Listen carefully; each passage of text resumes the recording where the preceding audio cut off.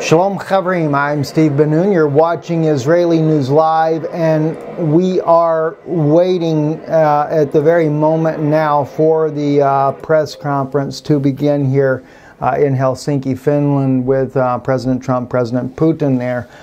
We know they met privately already for some length of time. Only the two men and their translators were present in that particular meeting. There is a lot of concern as to whether or not President Trump will cave in, as European Union leaders are suggesting that he's going to cave in to the demands of President Putin. And of course, we know that everything is over Syria. And what we shared with you last night in our broadcast is that what's going on in Syria to begin with is just part of a new world order vision. And even Israel is becoming more and more involved in this New World Order vision, and there's so much happening in the background that is alarming with exactly what is happening as the New World Order is being brought together. Israel has continued to target, as they call it, Iranian assets inside of Syria, taking out the Iranian positions there. It seems to me it's only bringing this to a head so that they can eventually bring down Iran, the nation of Iran, or at least change the who is actually running the country because of the New World Order and how this will all work together in the very near future. They say here on the meeting, as you're seeing this on the screen here behind you, that the journalists are all seated, ready, waiting for the two world leaders to come in and speak about their meetings and the success or not success of those today. I am sure that we are going to see a successful meeting, because as I have been watching this and as we have been working diligently in the background trying to uncover what is really going on in the world, it is definitely a New World Order agenda. And speaking of the New World Order agenda, a sister named Julie, I think on Facebook, had shared this particular image. One moment here, let's see what's going on here. I guess a little bit of a issue inside of the meeting there. A man holding a sign up. The Finnish government is not going to allow this to be done. Well, it gets exciting already. I guess they're going to remove this man from the meeting. And of course, that gets all the journalists excited there. Everybody going to watch to see who this man is. Why is he being removed from the meeting there? And what is he actually holding? That'll be a question, I'm sure. I know that the camera did catch part of what was written on the back of his paper that he had there. But he is being escorted out of the meeting there quite rapidly. Be curious to see who actually picked up on him having something that they did not want in the meeting. That may delay it just a little bit longer. As to what's going on, not really sure, but we'll see. We'll see soon enough, I'm sure. At any rate, though, going back to what I was going to share with you here, Julie on Facebook had shared this. This is something that is coming up in the very near future, a meeting, and I believe that is with, which church is that? That is the Methodist, world's oldest Methodist chapel, to host a homosexual celebration. You want to talk about things getting very strange in the world. And truly, as we brought out how that it says in Matthew 24, in Revelation 11, where it speaks about the two witnesses being killed in the street, the great city, but it calls it Sodom and Egypt.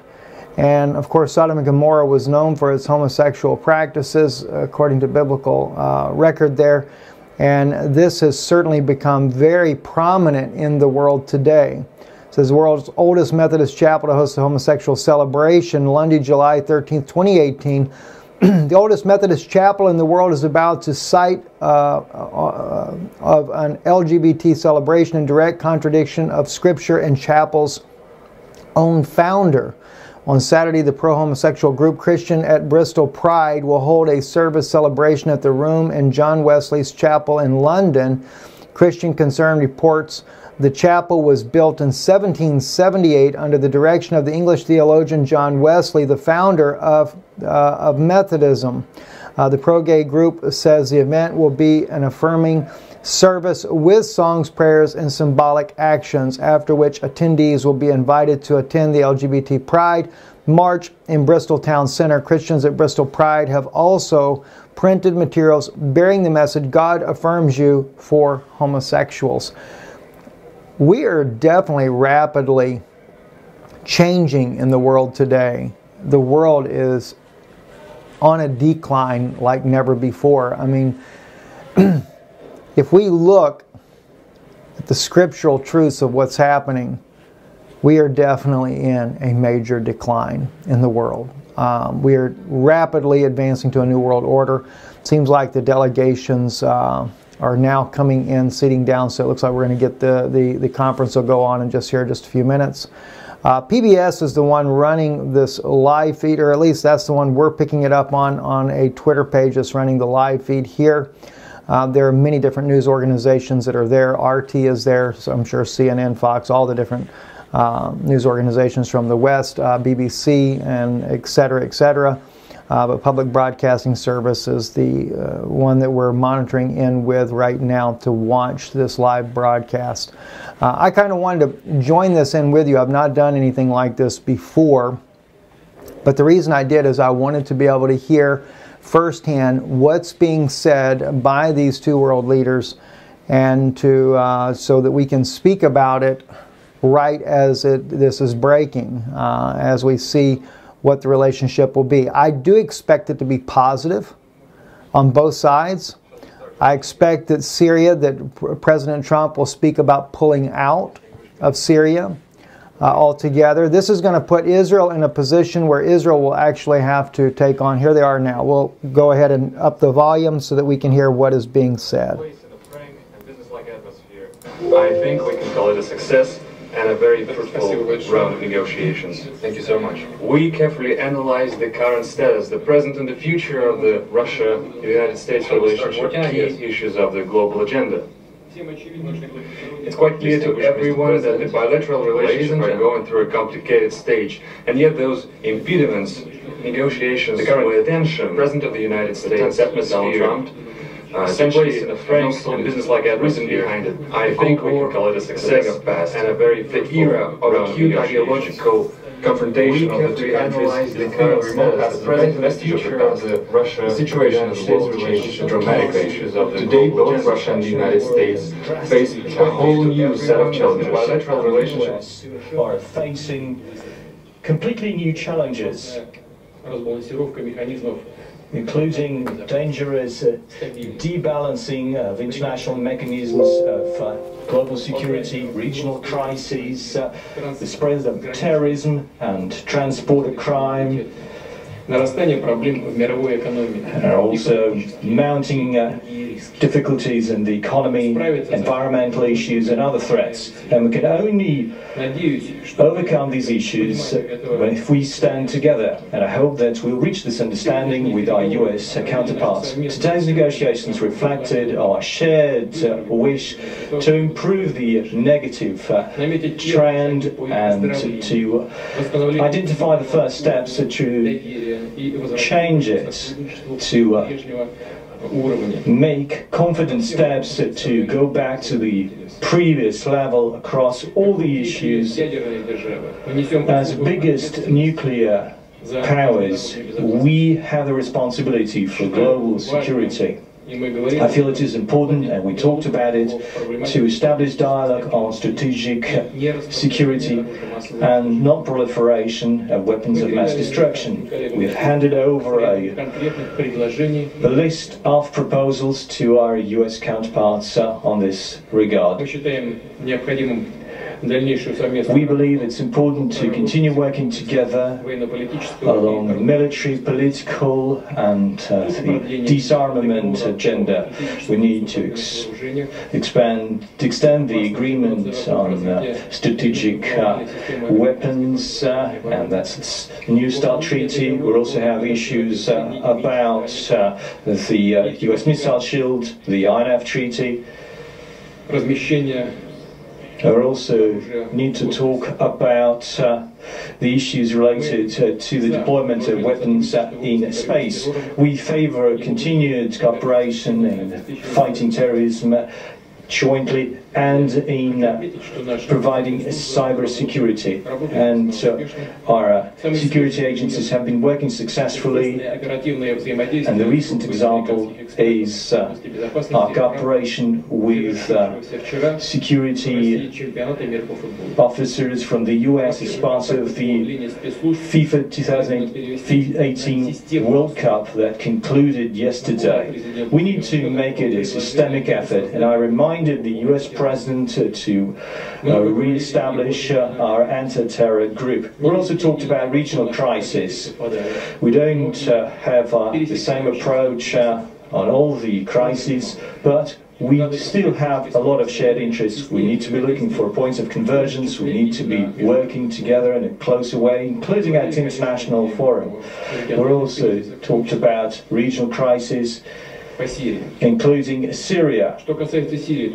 As for Syria, we need to establish peace and accord, and it could be a role model of our joint cooperation. Russia and the US can definitely take leadership in this area and establish interaction to avoid and overcome the humanitarian crisis and help refugees go back to their homes. And in order to provide for a constructive cooperation in Syria, we have all the necessary components. Russian and US military officers have very good experience in terms of coordination. They have established very good channels of communication that help to avert collision and unnecessary dangerous incidents on the ground and in the air. After terrorists were destroyed in the southern zone, the situation in the Holland Heights, the Golden Heights, should be restored in line with the 1974 treaty. It would help to ease tension in the Golden Heights and ease tension between Syria and Israel and provide security for the state of Israel. And distinguished Mr. President paid particular attention to it. And I'd like to reaffirm that Russia is interested in it and will stick to this policy going forward. This will help to pave for an equitable peace and security based on a UN Security Council resolution. It's good that the Korean Peninsula issues are finally being resolved, and to a large extent it's been possible thanks to President Trump's personal activities. He's been focused on easing tension and on a confrontation. We also talked about the US decision to pull out of the Iranian deal. I'd like to confirm once again that Iran has been the country that's been under the biggest scrutiny of the IAEA, that has helped to protect the non-proliferation treaty. We also discussed Ukraine. We looked at the need for conscientious implementation of the Minsk Accords. The US could have been more affirmative in pushing the Ukrainian authorities to comply with the Minsk Accords. We also focus strongly on the economy. We do have interest for cooperation on both sides of the Atlantic. The US business delegation was one of the biggest ones at the St. Petersburg Economic Forum in May.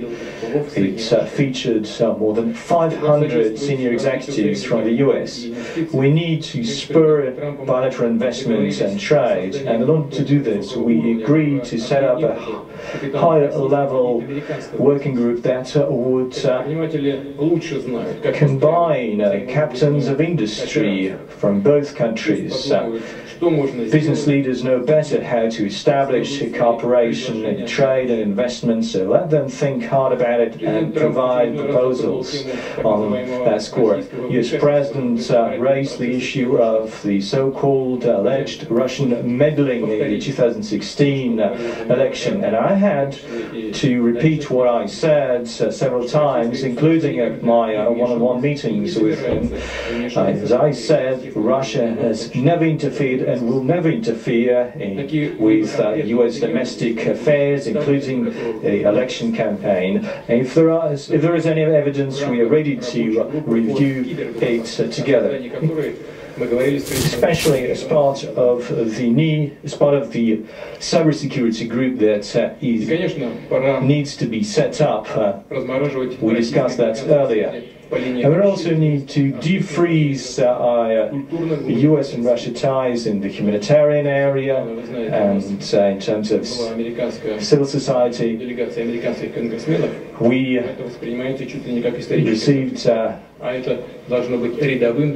delegation of US congressmen, and that was perceived as an extraordinary event, but that should actually become a usual routine effort. And that's why we asked US President Donald Trump to think about the philosophy and the vision for our ties going forward. We need to engage experts who know a lot about the history and the specifics of the Russian and US relationship. We need to engage influential scholars, former diplomats and military officers, historians who would try to identify points of convergence and ways to reverse the negative trend and move towards a sustainable upward trend.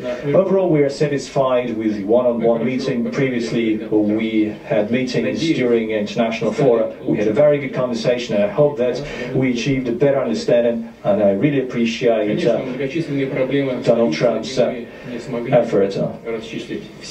Without doubt, there's still a lot of issues we're not able to clear up, but it's a very important first step in this direction. And finally, I'd like to say that the establishment of the working environment has been largely due to our Finnish hosts. We really appreciate the efforts of the Helsinki residents, the nation of Finland.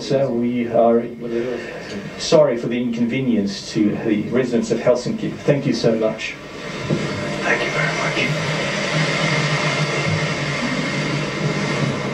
Thank you. I have just concluded a meeting with President Putin on a wide range of critical issues for both of our countries.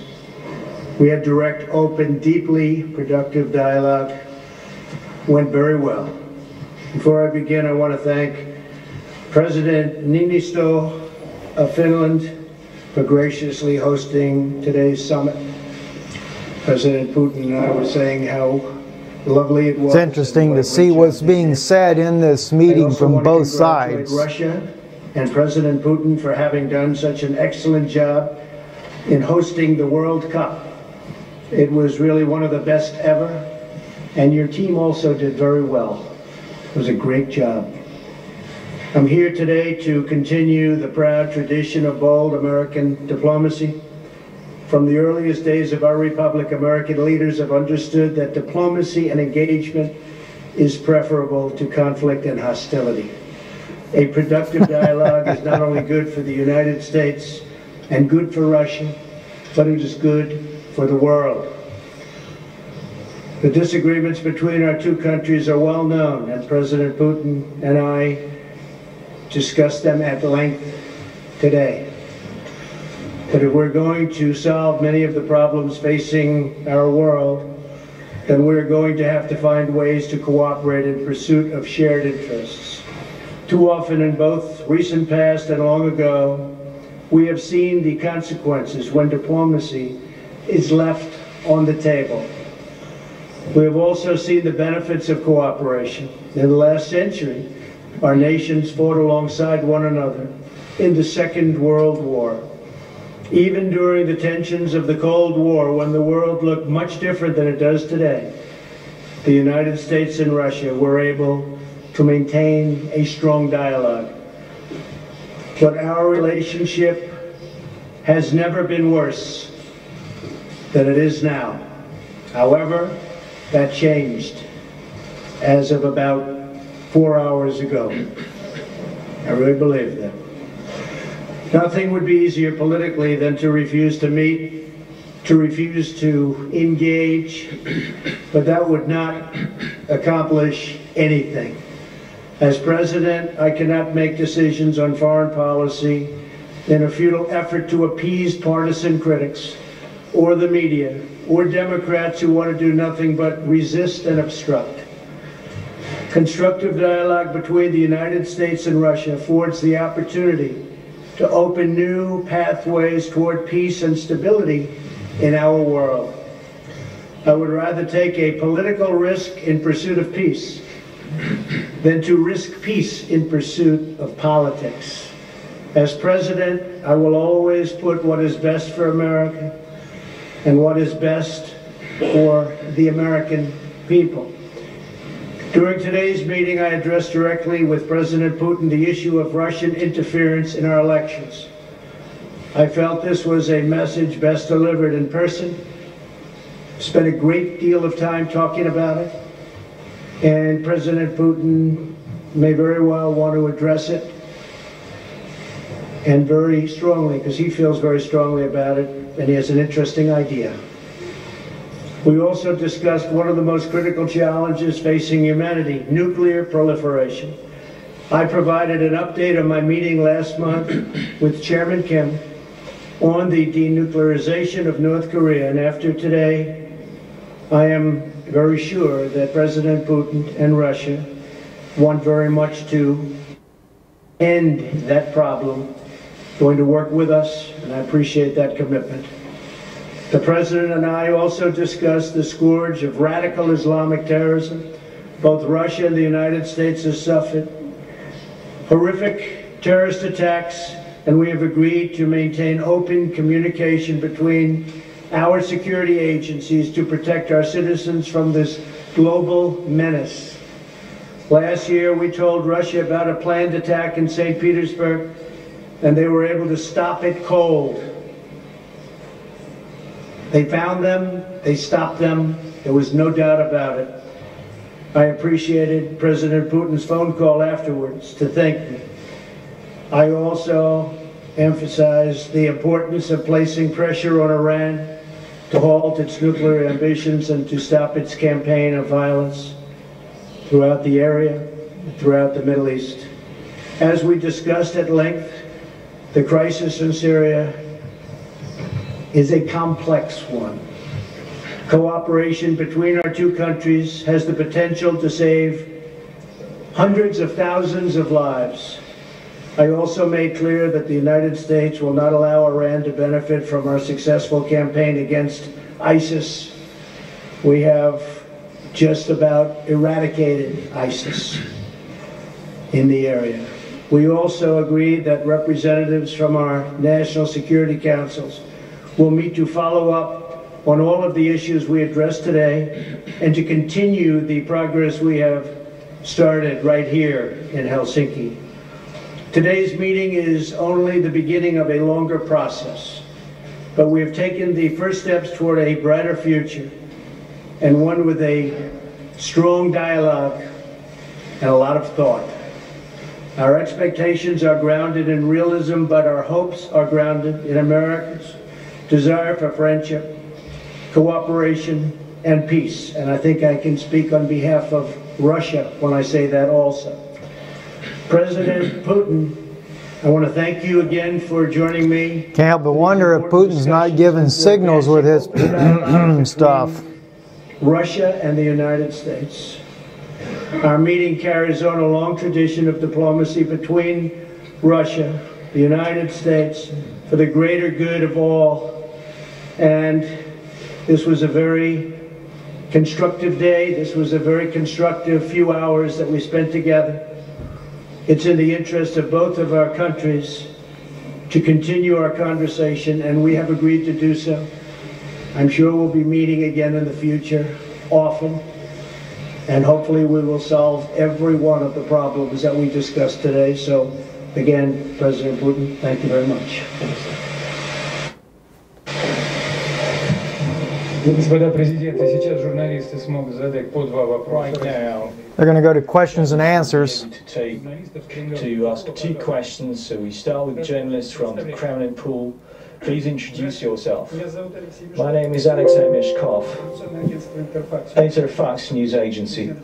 We had to switch to RT, guys, because PBS had a lot of interference your European tour in their translators. You said that the implementation of the Nord Stream 2 pipeline project makes Europe a captive of Europe, and you wanted to help Europe to get rid of this dependence by supplying LNG, American LNG.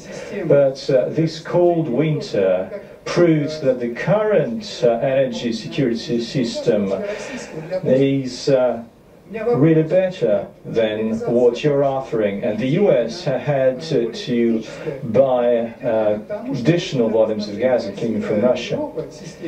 So, do you think that your proposal could lead to a gap or in the energy security system and will make Europeans more exposed? And my second question, you called President Putin a competitor earlier, but you said that you'd be able to become friends with him.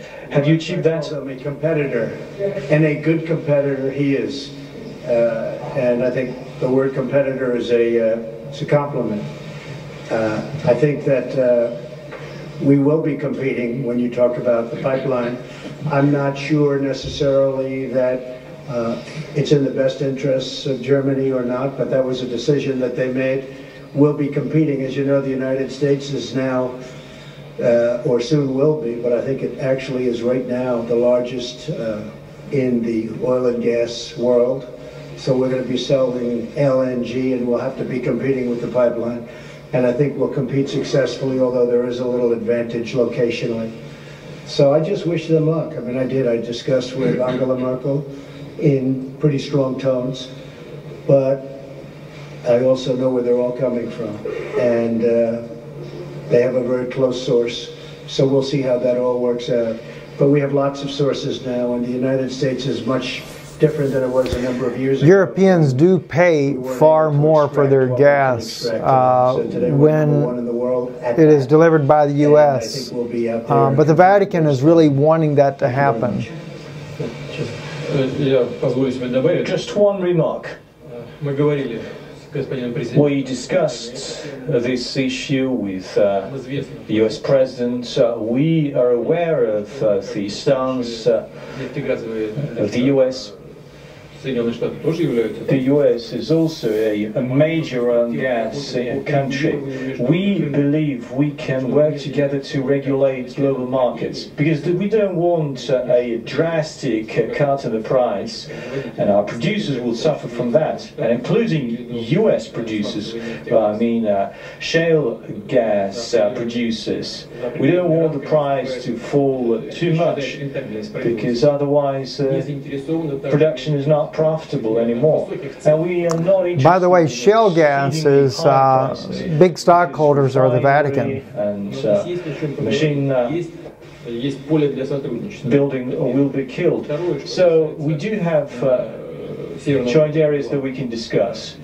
Going back to Nord Stream 2, the US President expressed concerns over possible disappearance of transits via Ukraine. I assured him that we are ready to go on with transits via Ukraine, and we are ready to extend the contract if the issues resolved at the Stockholm Court of Arbitration. The first question between from Gazprom and journalist Naftogaz goes to Jeff Mason from Reuters.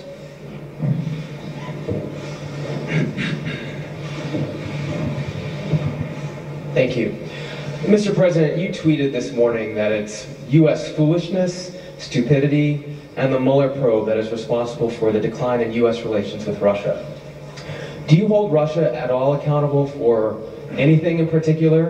And if so, what would you consider them that they are responsible for? Yes, I do. I hold both countries responsible. I think that the United States has been foolish. I think we've all been foolish. We should have had this dialogue a long time ago, a long time, frankly, before I got to office. And I think we're all to blame. I think that the United States now has stepped forward along with Russia, and we're getting together, and we have a chance to do some great things, whether it's nuclear proliferation in terms of stopping. We have to do it. Ultimately, that's probably the most important thing that we can be working on. But I do feel that we have both made some mistakes. I think that the probe is a disaster for our country. I think it's kept us apart. It's kept us separated. There was no collusion at all. Everybody knows it. People are being brought out to the fore. So far that I know, virtually none of it related to the campaign. And they're going to have to try really hard to find somebody that did relate to the campaign. That was a clean campaign. I beat Hillary Clinton easily, and frankly, we beat her. And I'm not even saying from the standpoint, we won that race. And it's a shame that there can even be a little bit of a cloud over it. People know that, people understand it, but the main thing, and we discussed this also, is zero collusion. And it has had a negative impact upon the relationship of the two largest nuclear powers in the world. We have 90% of nuclear power between the two countries. It's ridiculous. It's ridiculous what's going on with the probe. For President Putin, if I could follow up as well, why should Americans and why should President Trump believe your statement that Russia did not intervene in the 2016 election, given the evidence that U.S. intelligence agencies have provided? And will you consider extraditing the 12 Russian officials that were indicted last week by a U.S. grand jury? Well, I'm going to let the President answer the second part of that question. But as you know, the whole concept of that came up perhaps a little bit before, but it came out as a reason why the Democrats lost an election, which frankly, they should have been able to win because the Electoral College is much more advantageous for Democrats, as you know, than it is to Republicans. We won the Electoral College by a lot, 306 to 223, I believe, and that was a well-fought battle. We did a great job, and frankly, I'm going to let the President speak to the second part of your question, but just to say it one time again, and I say it all the time, there was no collusion. I didn't know the President. There was nobody to collude with. There was no collusion with the campaign. And every time you hear all of these, 12 and 14, it's stuff that has nothing to do, and frankly, they admit, these are not people involved in the campaign.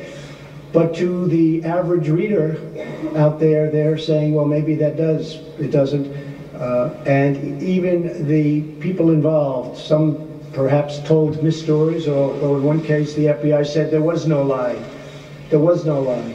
Somebody else said there was. We ran a brilliant campaign, and that's why I'm president. Thank you. Now going back on credibility, is there any credibility? Well, you cannot trust anyone. Why do you feel that President Trump trusts me or trust him fully? He defends the interests of the United States of America. I defend the interests of Russia. We do have points of convergence, and we're looking for shared interests. There are issues where we are not on the same page, and we're trying to find ways to make our work constructive. We should not rely on short-term political goals by some political forces. We should rely on evidence. Can you name at least one piece of evidence that points to any kind of collusion during the race? This was absurd. We didn't know each other. The President just said that. There was some particular opinion in the Russian society concerning one particular candidate. The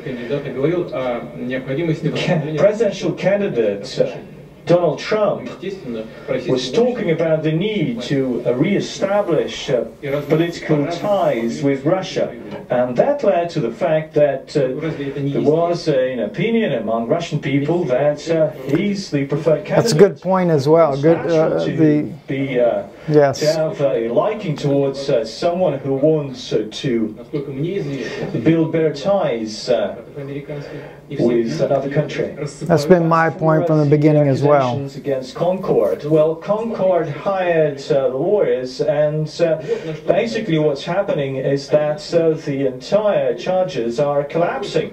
So just look at what's happening in the court proceedings. So that's what you have to rely on. Now, going back to the indictment of 12 Russian security services, I need to look into it. I'm not really aware of what's behind it. But the president did raise this issue. Now, here's what I can propose. We do have an existing treaty between Russia and the United States that was signed in 1999, and that's a treaty for mutual facilitation on criminal cases, and that's been an effective treaty. And upon a request from foreign authorities, we open up to 150 criminal cases. And as you might remember, a former nuclear power minister was extradited from the US to Russia. He was prosecuted here. And there's a formal procedure that is part of this treaty. So your commission, led by Mr. Mueller, so that probe could send an official request to Russia so that we hold investigation or questioning of those individuals, and our prosecutor general's officers will look into it. They will hold the questioning and will then send all those materials to the US. And we can even make another step forward. We can also invite US official representatives, including the members of the Mueller probe. We can invite them to be present during the questioning. But if that takes place, then it must be a two-way street. We would also expect from the US to question those officials, including from the security services, that we believe are behind illegal activities on the territory of the Russian Federation, with the presence of our investigators. Now, what I mean by that? You might remember the notorious Hermitage Capital case owned by Mr. Browder. According to our investigators, a group of people, his business associates, illegally earned more than $1.5 billion US. They didn't pay a cent of taxes, but they transferred the money to the US. And they also donated 400 million to the Clinton campaign. 400 million. Well, they might have done it. That's news we've not heard about yet. Illegally. And we do have evidence to believe that some of the US security services have helped Browder to conduct those illegal transfers. But that's just one step. We can talk about expanding our cooperation. There are multiple options. They are on the table, and they are part of the Did you want President Trump to win the election, and did you direct any of your officials to help him do that? Yes, I wanted him to win, because he talked about the need to normalize US-Russian ties. Well, let us continue. I think we can... That's a good answer. ...take up to 3 questions. RT, go ahead.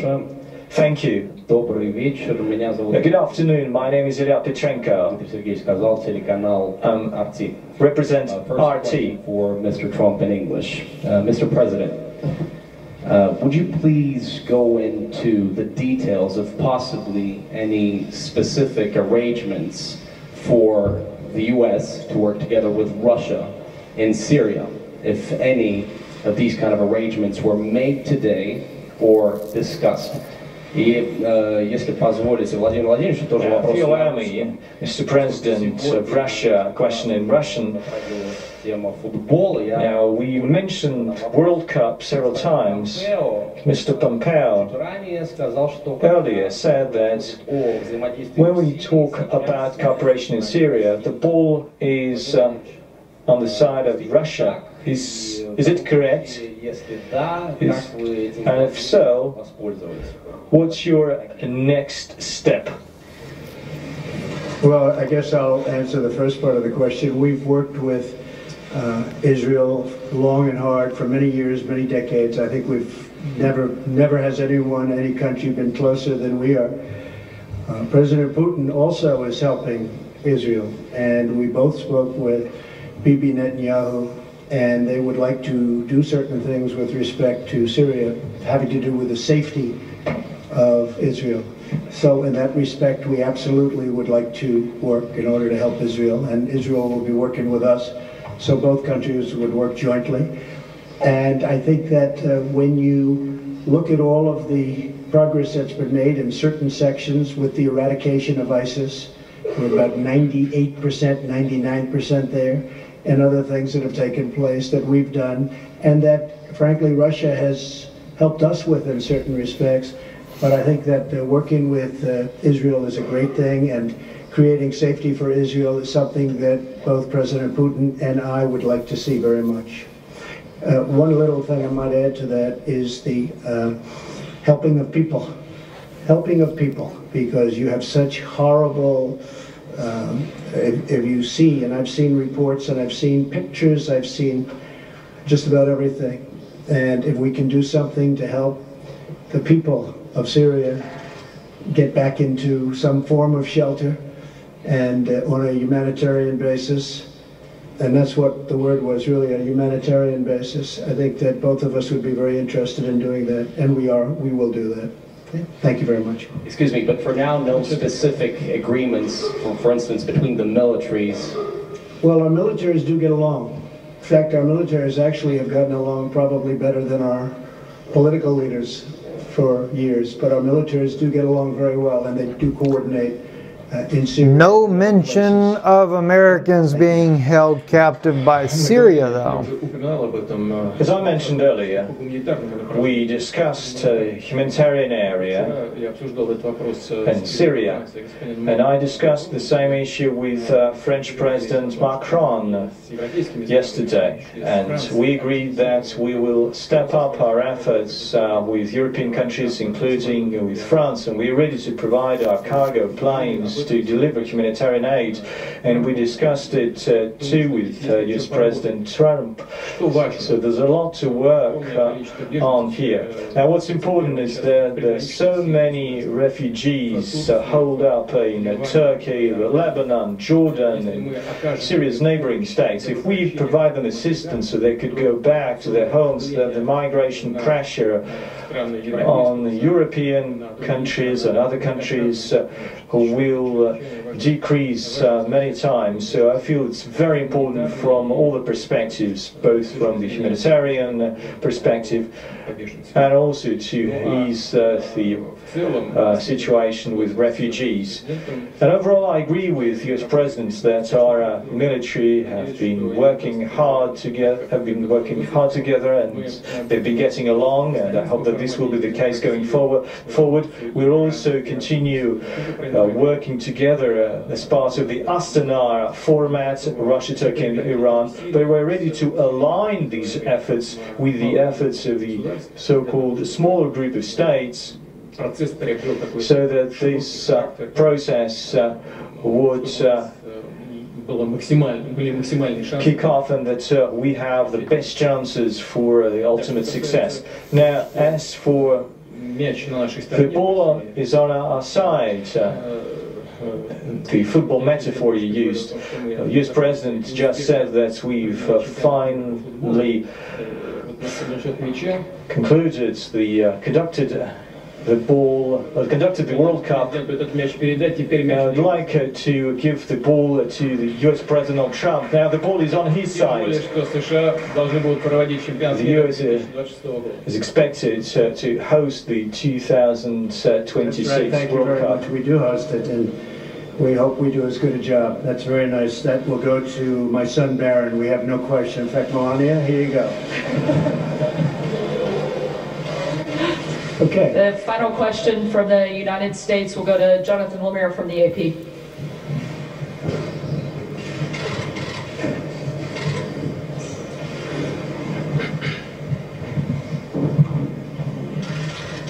Thank you. Question for each president. President Trump, please, you first. Just now, President Putin denied having anything to do with the election interference in 2016. Every U.S. intelligence agency has concluded that Russia did. My first question for you, sir, is who do you believe? My second question is, would you now, with the whole world watching, tell President Putin, would you denounce what happened in 2016, and would you warn him to never do it again?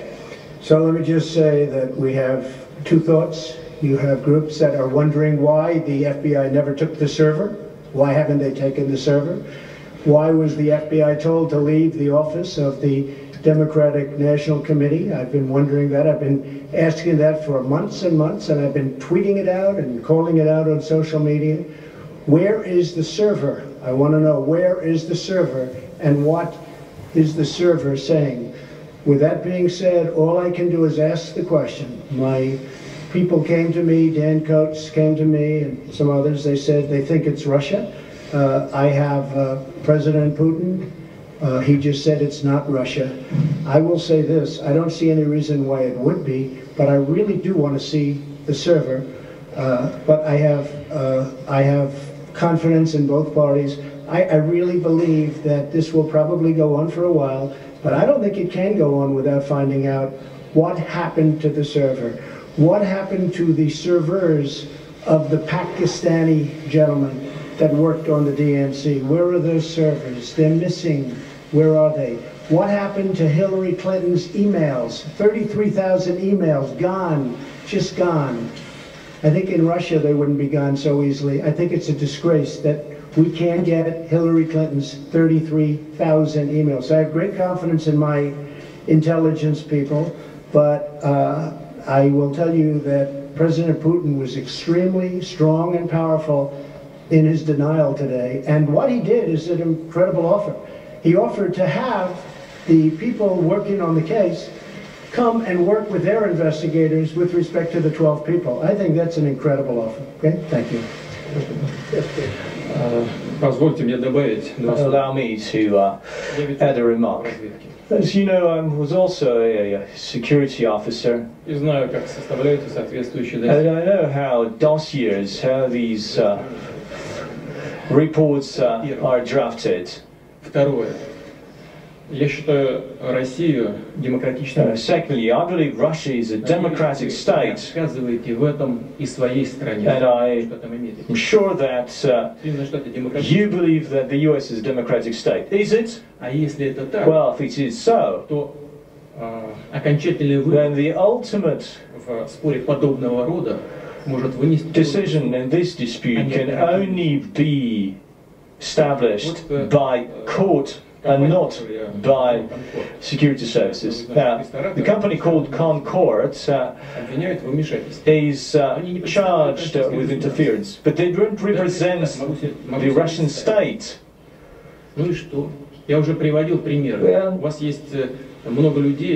I've given many examples. You have many people.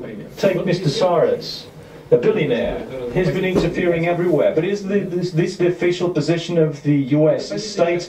This is the position of an individual. The same could be applied here. The ultimate verdict can be only provided by courts.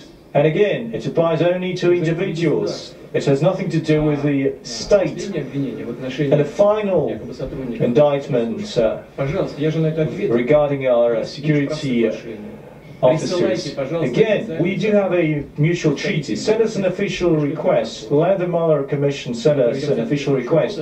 We'll do our part of the job and we'll reply. And we can expand our cooperation, as I said. But again, it should be a two-way street. We'll then also expect access provided by the US to those individuals that we feel are also part of the security services. Let's talk in details. Let's not use the Russian-US ties as a bargaining chip in US domestic affairs. For President Putin, thank you. Two questions for you, sir. Can you tell me what President Trump may have indicated to you about officially recognizing Crimea as part of Russia? And then secondly, sir, does the Russian government have any compromising material on President Trump or his family? That's pretty wild. Значит, президента Трампа позиция по Крыму известна. US President Donald Trump's position is well known on Crimea, and he's been sticking to it. He says it's Crimea has been taken illegally. We have a different opinion. We believe that we held a referendum in line with the rules and procedures of UN. So for us, this issue is closed. Now, as for compromising materials, well, I heard about it. There's been an allegation that we compiled a dossier on Trump when he came over to Moscow. My colleague, when Trump came over to Moscow, I was not aware of it. I respect President Trump as head of the United States, but when he came over as a businessman, I was not even aware that he is in Moscow. Take the St. Petersburg Economic Forum. More than 500 senior executives from the US came over to Russia. I don't even remember all of the names. Do you feel that we are compiling compromising materials on all of them? Well, it's absurd. I cannot really imagine anything more absurd than this. So please throw out this nonsense out of your heads. And I have to say, if they had it, it would have been out long ago. And if anybody watched Peter Strzok testify over the last couple of days, and I was in Brussels watching it, it was a disgrace to the FBI. It was a disgrace to our country, and you would say that was a total witch hunt. Thank you very much, everybody. Thank you. That concludes the very long and drawn out speech there for you guys, and I appreciate so much you guys here watching it with us here. I find it kind of interesting on a number of issues already, and that is that one, it kind of makes me wonder if we're not more rapidly headed towards a new world order. We've watched President Putin work very closely with Israel, and in fact going against their own ally, Iran, in the process of that. So I do believe that there is, if there's any collusion whatsoever, this is a collusion between Rome, Israel, Russia, the United States, and other nations as well, Saudi Arabia, etc., all in bringing together the New World Order. As far as though this issue about collusion in the elections, I really appreciate the fact that President Putin said that yes, he didn't want President Trump to win. I stated that all along, and in fact, it would be to the point of stifling freedom of speech in Russia or anywhere else in the world if they're not allowed to share that opinion when they're watching a political race. What are you supposed to do?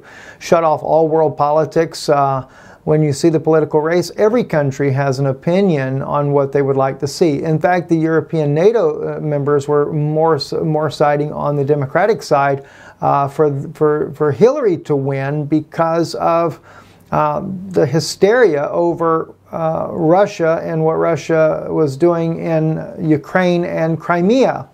But after all, it was not Russia that started the Crimean case. If Russia was the, as they've been often blamed for starting this issue in Crimea, it absolutely is absurd to say that, because Yanukovych, who was the actual president at that time, had to be rescued by Russia from the Maidan coup. If Russia was the one that instigated the Maidan coup, they wouldn't be rescuing Yanukovych. Instead, it would be the other way around. They would have crushed the Maidan coup. But the Maidan coup was very obviously orchestrated under President Barack Obama in compliance with the Vatican to take over this country, because the Vatican is wanting to expand its influence of Catholicism and wanted to crush the Russian Orthodox Church. But at the same time, I see that Putin is working with the Pope of Rome and on a number of issues, and not only has he met with him on multiple occasions, but now the Catholic Church and the Russian Orthodox Church are working together to rebuild the churches of Syria.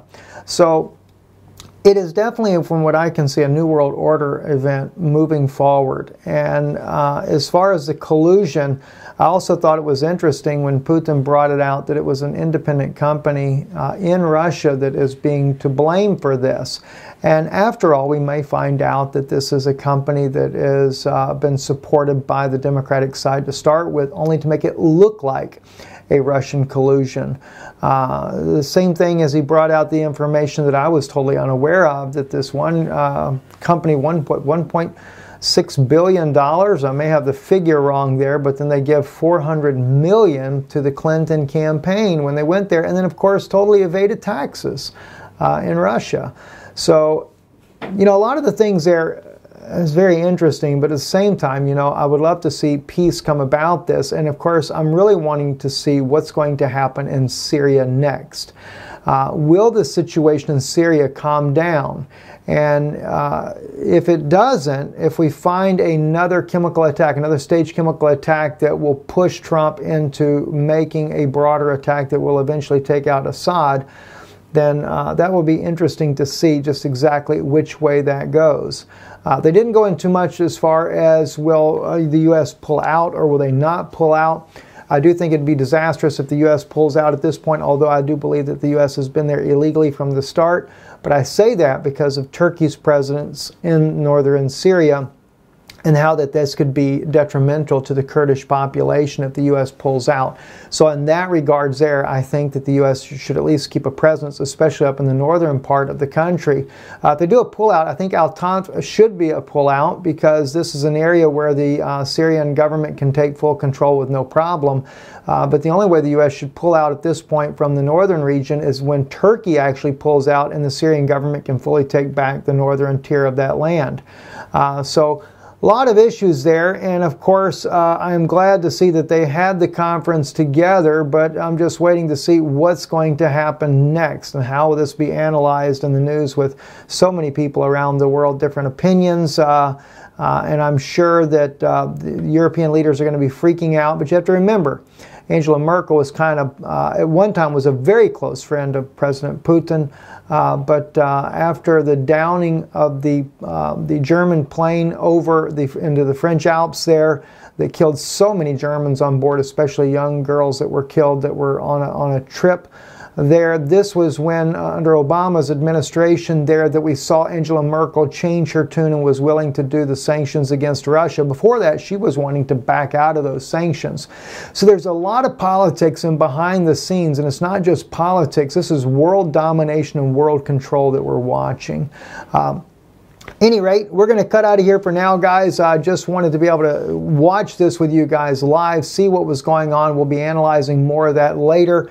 We're going to get more involved today with trying to put together later tonight a message on Patreon, as well as on Dunoon Institute. I have a teaching I want to speak about on Dunoon Institute. Haven't been there in a long time. Will not be live, though, because I can't seem to run that live, so I'm going to pre-record both broadcasts hopefully today, or between today and tomorrow for sure, we'll have them both up, and maybe jump back in here later this evening with whatever else is breaking in the world. I'm Stephen Ben-Nun. You're watching Israeli News Live. Thank you for watching. Thank you for joining in live today, and blessings to all of you moderators as well. Didn't get a chance really to see the comments today, but we really thank you for being there. Support the broadcast. Remember, we're starting to get ready to do these tours across the U.S., and we're going to fund this up front ourselves, so your help in making all this happen is greatly appreciated. I'm Stephen Ben-Nun with Israeli News Live. Shalom, shalom.